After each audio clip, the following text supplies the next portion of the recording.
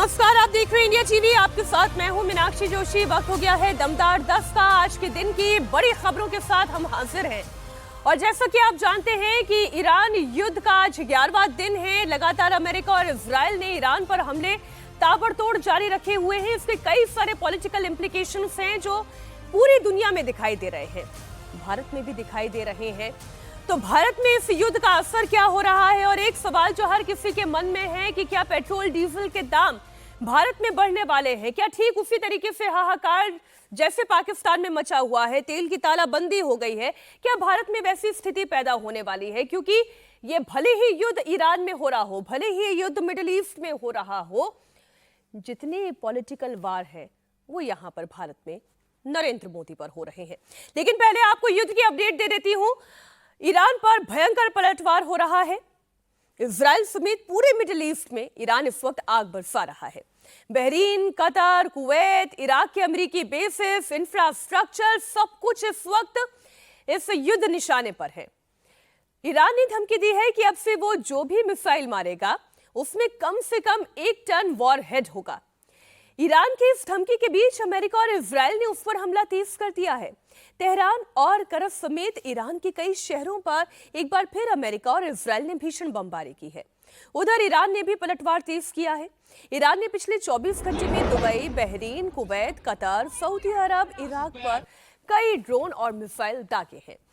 Israel पर cluster warhead वाली missile से अटैक किया गया है। ईरान के हमले से तेल अवीव और हाइफा में भी भारी नुकसान होने की खबर है। ये तमाम तस्वीरें इस बात की गवाही दे रही हैं कि ये फाइनल अल्टीमेटम है, और खासतौर पर तब कि जब डोनाल्ड ट्रंप ये कह रहे हैं कि ये जो युद्ध है वो शॉर्ट टर्म है, अब बहुत कम समय के लिए है, बहुत जल्द ये खत्म होने जा रहा है। तेहरान पर अमेरिका इजराइल का ये हमला है और तेहरान में कई जगह पर भीषण बमबारी हो रही है। करज, इस्फहान, तबरीज पर भी अटैक हो रहा है। तेहरान में बमबारी की वजह से बिजली गुल हो गई है, वहां पर बिजली संकट पैदा हो गया है। इस्फहान जो कि उनका न्यूक्लियर इनरिचमेंट बेस है, वहां पर एक बार फिर अटैक हुआ है। अब अगर आप डोनाल्ड ट्रंप की बीती ही बातों पर गौर करेंगे तो वो ये कह रहे थे कि हमने जब हमला किया था तब सारे उनके न्यूक्लियर इनरिचमेंट सेंटर्स तबाह हो गए थे। अगर वो तबाह हो गए थे तो अभी भी इन शहरों पर हमला क्यों हो रहा है? इसका मतलब ये है कि ईरान की ताकत अभी बाकी है और ईरान अपनी वही ताकत मिडिल ईस्ट के बाकी मुल्कों पर दिखा रहा है। एक जरा युद्ध की तस्वीर और मैं आपको दिखा देती हूँ। करज में अमेरिका के हमले का खौफनाक वीडियो आया है और करज में अमेरिका की भीषण बमबारी हो रही है। रात में भी दिन जैसी तस्वीरें हैं। क्यों? क्योंकि ये युद्ध दिन और रात, शाम और सुबह का वक्त नहीं देख रहा है। हर वक्त यहाँ पर बारूद ही बारूद और उससे उठने वाली आग के गोले और ये धुएं का गुबार, ये तस्वीरें दिखाई दे रही है। एक ही डर इस वक्त जो पूरी दुनिया में दिखाई दे रहा है। दो हमारे साथ खास मेहमान जुड़े हुए हैं। राकेश शुक्ला जी हैं, प्रोफेसर अमिताभ सिंह जी हमारे साथ स्टूडियो में ही मौजूद। बहुत स्वागत सर आप दोनों मेहमानों का। अमिताभ जी, आपसे इस चर्चा की शुरुआत करते हुए, ये युद्ध दरअसल कोई जमीन के पाने के लिए युद्ध नहीं है, ये ताकत के लिए भी सिर्फ युद्ध नहीं है, ये पॉलिटिकल राइवलरी वाला युद्ध भी बन चुका है। और वो पॉलिटिकल राइवलरी मैं इंडियन कॉन्टेक्स्ट में भी लेते हुए आ रही हूँ, क्योंकि इस वक्त हर कोई किससे सवाल पूछ रहा है कि ये देखिए तेल के दाम बढ़ने जा रहे हैं। राहुल गांधी ने कहा कि तेल का दाम जो है अब हाथों से बाहर चला जाएगा। ममता बनर्जी को इसी में पॉलिटिक्स दिखाई दे रही है। वो ये कह रहे हैं कि नरेंद्र मोदी के हाथों में अब कुछ नहीं है। नरेंद्र मोदी कौन? जो डोनाल्ड ट्रंप के हाथों की कठपुतली बने हुए हैं। भारत का स्टैंड क्या है? भारत की पोस्चरिंग क्या है? देखिए, जब ये युद्ध शुरू हुआ था सबको पता था कि ये क्या होने वाला है। एक तो भीतरी राजनीति में भी भूचाल आएगा, क्योंकि जिस तरह से प्रधानमंत्री इजराइल गए थे, उसके बाद ईरान पर अटैक हुआ और अब तेल बढ़ने के दाम बढ़ने के आसार हैं, या तेल का दाम बढ़े ना बढ़े, स्कैरसिटी के आसार हैं, तेल गैस दोनों के। तो उसको लेकर जाहिर है विपक्ष प्रधानमंत्री पे या संसद में इस समय सरकार को घेरने की कोशिश करेगा। लेकिन विपक्ष ये भी जानता है कि ये जो संकट है ये कोई डोमेस्टिक क्राइसिस नहीं है, ये एक्सटर्नल क्राइसिस है जो हमको देखना पड़ रहा है। लेकिन आने वाले समय में अगर ये युद्ध, हालांकि ट्रंप साहब बोल रहे हैं कि जल्दी खत्म हो जाएगा, लेकिन वो जल्दी का क्या सोर्स होगा वो भी पता नहीं चल रहा है। क्या अस्थिरता रहेगी ईरान में? क्या स्ट्रेट ऑफ हॉर्मुज जो बंद है और भारत को इससे, लेकिन भारत के लिए तो स्ट्रेट ऑफ हॉर्मुज बंद नहीं है जी, लेकिन किल्लत किस लिए होगी ना, प्राइस बढ़ रहे हैं दुनिया में। अगर तेल के प्राइस बढ़ेंगे और वो स्ट्रेट ऑफ हॉर्मुज से ही रिलेटेड नहीं है, तो जो बेचने वाले हैं तेल वो दाम बढ़ा देते हैं। आप ये समझे ना, जो आप मान लीजिए सऊदी अरेबिया से आप तेल खरीद रहे हैं, जो 65 में दे रहा था, उसने देखा दुनिया में $100 अभी चल रहा है, तो वो भी $100 पे भारत को बेचने लगेगा। हमारे यहाँ स्कैरसिटी नहीं लोगी, सरकार को उसके प्रबंधन में और कॉस्ट रेगुलेशन में बहुत प्रॉब्लम। तो कॉस्ट रेगुलेशन हम कर रहे हैं जी। देखिए, कॉस्ट रेगुलेशन हम इसलिए नहीं कर सकते अभी, क्योंकि हमने पिछले 3 साल में एक बफर बना लिया है। जब $65 पर भी था जब तेल दुनिया में, तब हमने मैक्सिमम पे रखा हुआ था, जो 95-96 रुपीज दिल्ली में एटलीस्ट है। वो हमारा कॉस्ट बफर तो है, हमारे लिए वो प्रॉब्लम नहीं होगा एटलीस्ट जून जुलाई तक। लेकिन जून जुलाई के बाद भी अगर $100 से ऊपर रहा, तब हमें प्रॉब्लम हो सकती है, तब तेल के दाम बढ़ाने पड़ सकते हैं। और रियल स्कैरसिटी तो गैस की होगी, एलपीजी की। हम इस पे थोड़ी सी चर्चा को और आगे बढ़ाएंगे। जो बात अभी प्रोफेसर साहब कह रहे हैं, इस वक्त दमदार 10 के दर्शक जो ये जानना चाहते हैं कि क्या तेल के दाम बढ़ने जा रहे हैं, क्या आपको बाइक चलाना महंगा पड़ने जा रहा है, क्या कार चलानी महंगी पड़ने जा रही है, क्या आप पब्लिक ट्रांसपोर्ट का सहारा लेना पड़ेगा और पब्लिक ट्रांसपोर्ट भी क्या महंगा हो जाएगा, तो ऐसा कुछ नहीं होने जा रहा अगले 2 महीने तक, क्योंकि जो हमने अपना बफर स्टॉक तैयार किया है उसके अंदर इतनी क्षमता है कि हम इसकी कीमतों को बांधे रख सकते हैं। तो अगले 2 महीने के लिए ऐसी कोई स्कैरसिटी नहीं है। पहली बात तो ये डर अपने मन से निकाल दे कि तेल की कीमतों के दाम बढ़ने जा रहे हैं। और दूसरी बात ये कि अगर ये युद्ध लंबी चलती रही, इसी तरीके से जंग छिड़ी रही, तो क्या ऐसी परिस्थिति 2 महीने के बाद पैदा होगी कि भारत में भी वो क्राइसिस होगी? तो उससे भी आप थोड़ी सी चिंता मुक्त इस लिहाज से हो सकते हैं कि डोनाल्ड ट्रंप ये कह रहे हैं कि ये शॉर्ट टर्म के लिए है। हालांकि उनके बयानों की कितनी विश्वसनीयता है, हाल के महीनों में उनकी विश्वसनीयता पर बहुत सारे सवाल खड़े होते रहे हैं। तस्वीरें लेकिन जो कह रही हैं, ये अभी की तस्वीरें हैं, ये अभी की परिस्थिति है। अमेरिकी सेना की ईरान को एक बड़ी वार्निंग है, मिसाइल लॉन्चर्स को जितना चाहे छुपा लो, हर एक लॉन्चर को वो ढूंढ कर तबाह कर देंगे, ये अमेरिका का कहना है। और सेंटकॉम की बाकायदा इमेजेस वो जारी कर रहे हैं और ये दुनिया को दिखाने के लिए और ईरान को भी दिखाने के लिए जारी कर रहे हैं कि कहां तक छुपोगे, कितना छुपोगे। ईरान युद्ध को लेकर ट्रंप एक बड़ा दावा कर रहे हैं। ईरान की हार तक तो हमला जारी रहेगा, ये तो तय है। युद्ध में बहुत जल्द अमेरिका की जीत होगी, ये बात भी तय है। ईरान की कई सैनिक क्षमताओं को गंभीर नुकसान पहुंचा है, ये डोनाल्ड ट्रंप का दावा है। एक बयान उनका आपको सुना देते हैं। Well, I think you could say it both. It's the beginning of building a new country, but they have no Navy, they have no Air Force, they have no anti-aircraft equipment. It's all been blown up. They have no radar, they have no telecommunications, and they have no leadership. It's all gone. So, you could look at that statement. We could call it a tremendous success right now as we leave here. I could call it, or we could go further, and we're going to go further. But the big risk on that war has been over for 3 days. We wiped them out in the first 2 days. वो तो कह रहे हैं Donald Trump की बहुत जल्द ये जंग खत्म हो जाएगी।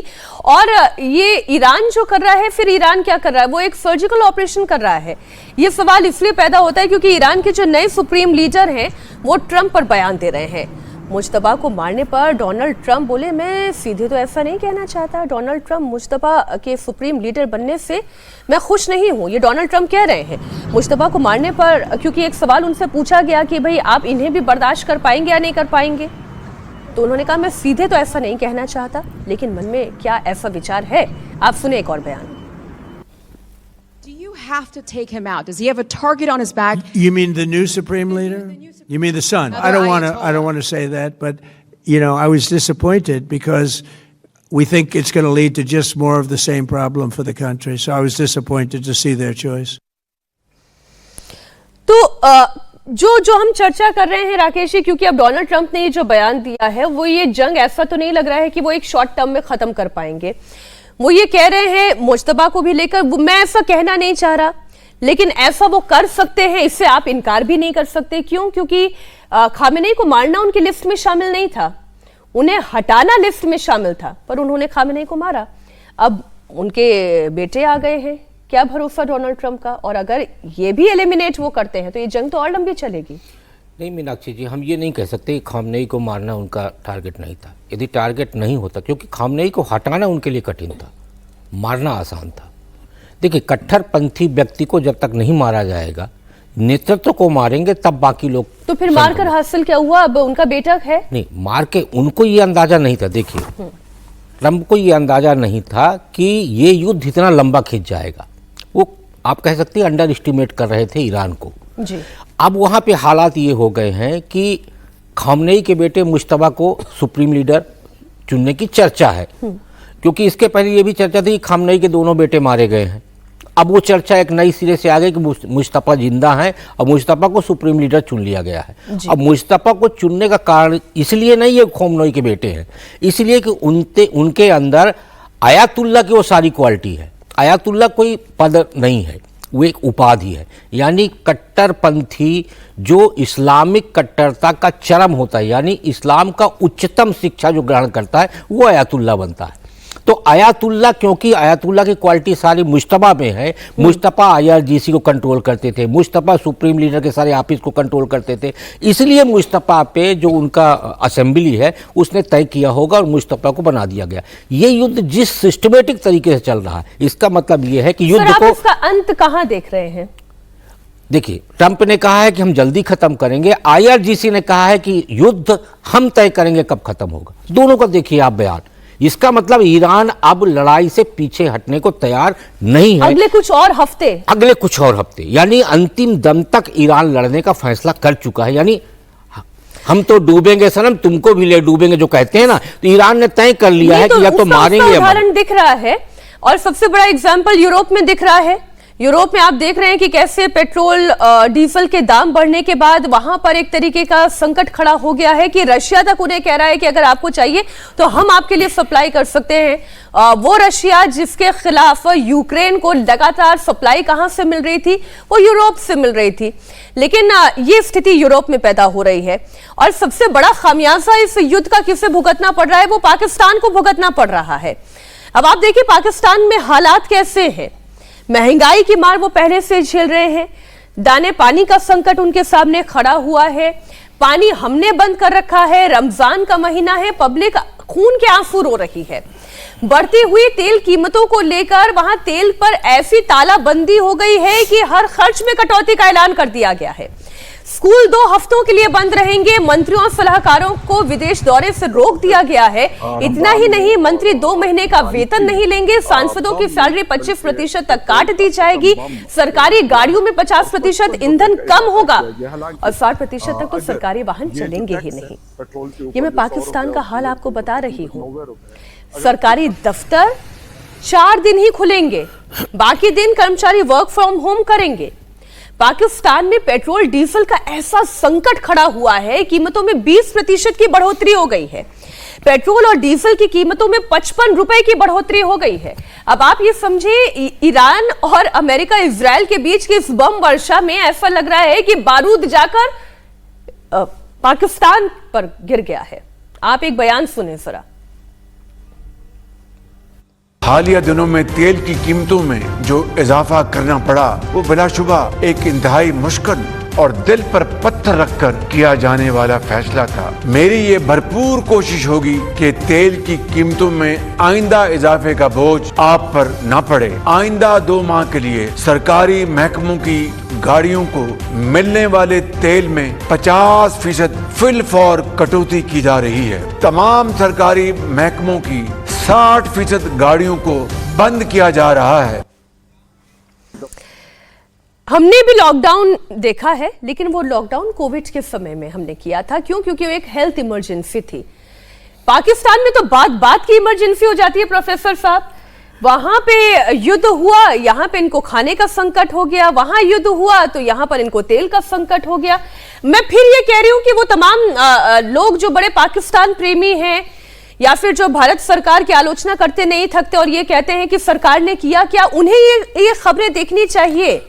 जरा अपने पड़ोसी मुल्क पाकिस्तान को देखें, उनके पास ना भंडारण की स्थिति है, ना उनके पास अपने पब्लिक को राहत देने की स्थिति। आप शुक्र मनाइए, आप हिंदुस्तान में रहते हैं प्रोफेसर साहब, हमें शुक्र मनाना चाहिए क्योंकि भारत में इतना भंडारण कैपेसिटी है कि हमारे तेल के दाम नहीं बढ़ रहे। नहीं, अगर भारत को यहाँ स्कूल नहीं बंद करने पड़ रहे हैं। भारत को देखें तो भारत ने अपने जो कहें बहुत अच्छे पासे खेले हैं। हमने तेल का एक तो सिक्योर सप्लाई किया है, दूसरा हमने जो कॉस्ट बफर बनाया था, बहुत पहले से ऑपोजिशन कह रहे थे कि आप जो इतना पैसा मुनाफा कर रही हो ऑयल मार्केटिंग कंपनी, उससे तेल के दाम कम कीजिए, हमने नहीं कम किए। और सबसे इंपॉर्टेंट है कि हमारे यहाँ जो तेल की सुनिश्चित सप्लाई आएगी, अगर तेल के रेट भी भाव भी बढ़ते हैं तो 4 महीने तक मिनिमम हमें, जैसे मैंने कहा, कुशन होगा। लेकिन पाकिस्तान के साथ तो दूसरी प्रॉब्लम है। पाकिस्तान को पहले कहा जाता था कि पाकिस्तान 3 चीजों से चलती है, 3A से, आर्मी, अमेरिका और अल्लाह। अब ये तीनों फिर इंपॉर्टेंट हो गए हैं यहाँ, क्योंकि जिस तरह की नीतियां उन्होंने बनाई है, अगर प्राइस भी देखें तेलों के, तो वो तेलों का दाम क्यों बढ़ा रहे हैं? इसलिए बढ़ा रहे हैं कि उन पर कर्जों का बोझ बहुत ज्यादा है। अगर वो तेल के दाम नहीं बढ़ाएंगे तो जो तेल खरीदा जा रहा है उसके भाव बढ़ रहे हैं, उनका कोई कुशन इफेक्ट नहीं होगा जो हमारे यहाँ है जी। तो उनके पास रियल प्रॉब्लम इस समय है कि अपनी अर्थव्यवस्था को वो कैसे सुचारू रखें। हालांकि वो सुचारू हो नहीं सकती थी, हमने पहले भी देखा है, दुनिया भर में वो कटोरा लेके घूम रहे थे कि IMF, वर्ल्ड बैंक से लोन लीजिए, कुछ हमें दे दीजिए, आप कुछ आप दे दीजिए। तो इसी तरह चल रहा है। हमें एक आंकड़ा भी देखना चाहिए कि हमारे पास 10 करोड़ बैरल का स्टॉक है जी। और अभी जो एक ताज़ा आंकड़ा आजकल में आया है वो ये आया है कि अमेरिका की तरफ से जो 30 दिन का छूट दिया गया, उसमें भारत की तरफ से 3.3 करोड़ बैरल क्रूड ऑयल खरीद लिया गया है। सौदा नहीं हुआ है, खरीद लिया गया है। और आगे जो अपने 5 अप्रैल तक की जो डेट है उसमें हमें लगता है कुछ और खरीदा जाएगा, जिसमें अकेले रिलायंस ने 60 लाख बैरल खरीदा है जी। अब आप ये देखिए कि जो फरवरी में कहा जाता है कि तेल रसिया से लेना हमने कम किया, 2.9 करोड़ बैरल हमने तेल खरीदा रसिया से। हम कम कहां कर रहे हैं?